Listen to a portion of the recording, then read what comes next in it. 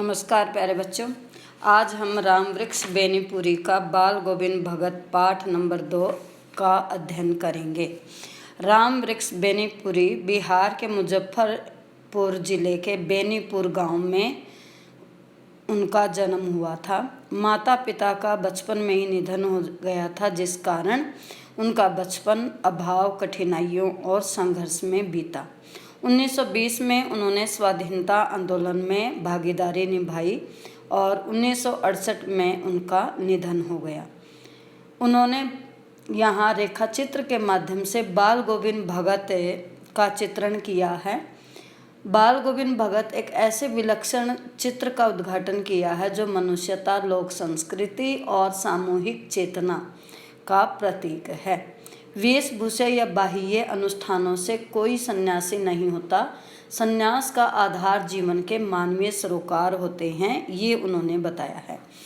तो जो बाल गोविंद भगत हैं वे कबीर को अपना साहब मानते थे, आराध्य मानते थे, उन्हीं के गीत गाते थे और उन्हीं के पदों को गाते हुए संगीत साधना को चरम अवस्था में लेकर गए थे। बाल गोविंद भगत कबीर का ही दिया हुआ मानते थे। जितना भी उनके पास पैदावार होती वो सभी कबीर के मठ में ले जाते और वहीं दान कर आते, क्योंकि वे कबीर के सिद्धांतों को मानते थे और कबीर को अपना आराध्य, अपना साहब मानते थे और उन्हीं के आदेशों अर्थात उन्हीं के निर्देशों या उन्हीं के सिद्धांतों का पालन करते थे। वे कभी झूठ नहीं बोलते थे, किसी से झगड़ा नहीं करते थे और कबीर की तरह आत्मा परमात्मा का संबंध मानते थे। धर्म के बाहरी विधि विधानों को नहीं मानते थे। इसीलिए उन्होंने कबीर के गीतों का गाना ही अपने जीवन का उद्देश्य माना। कबीर की तरह वे गृहस्थ होते हुए भी साधु संतों की तरह जीवन बिताते थे। उनका छोटा सा एक साफ सुथरा घर था, जिसमें लेखक ने बताया है कि उनका बेटा और पुत्र वधू उन्होंने देखी हैं। बाल गोविंद भगत की पत्नी को तो उन्होंने नहीं देखा, लेकिन पुत्र और पुत्र वधू को उन्होंने अवश्य देखा है। बाल गोविंद भगत मंझोले कद के गोरे चिट्टे आदमी थे। 60 से ऊपर उनकी उम्र थी। सफ़ेद बाल थे, लंबी दाढ़ी और जटाजूट तो वे नहीं रखते थे, लेकिन उनका चेहरा हमेशा सफ़ेद बालों से जगमग करता रहता था।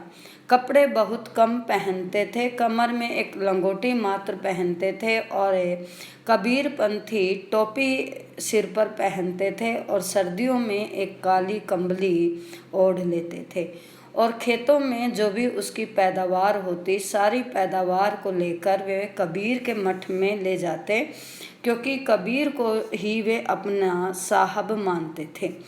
तो जितनी भी पैदावार होती वो सिर पर लाद कर पहले उसे साहब के दरबार अर्थात कबीर के दरबार में ले जाते और जो उनके घर से 4 कोस दूर था एक कबीर पंथी मठ से मतलब, और यह दरबार में भेंट स्वरूप पूरी फसल वहाँ रख देते और कुछ हिस्सा ही वापस लेकर आते थे और उसी को प्रसाद मानकर उसी से अपने घर का गुजारा करते थे।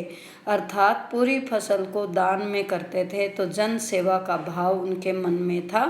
आश्रम में या मठ में ही, कबीर के मठ या आश्रम में वे अपनी पैदावार देकर आ जाते थे और कुछ हिस्सा ही वो घर लेकर आते थे, जिसे प्रसाद के रूप में मानते थे। तो अब ध्यान से सुने बाल गोविंद भगत।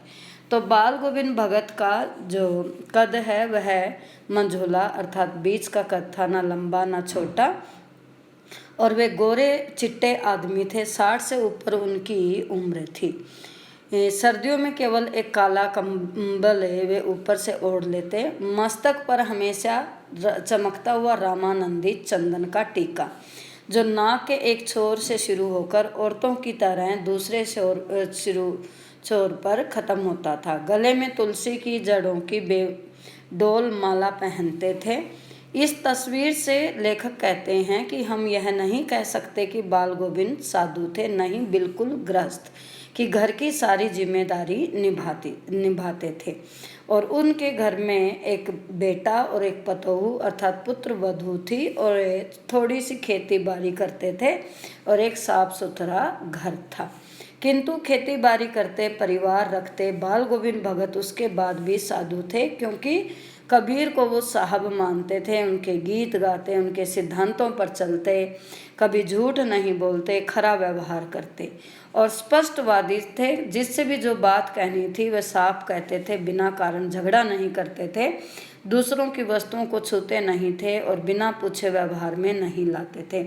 इन नियमों का वे इतनी बारीकी से पालन करते थे कि दूसरे हैरान हो जाते थे उनके इन सिद्धांतों को देखकर।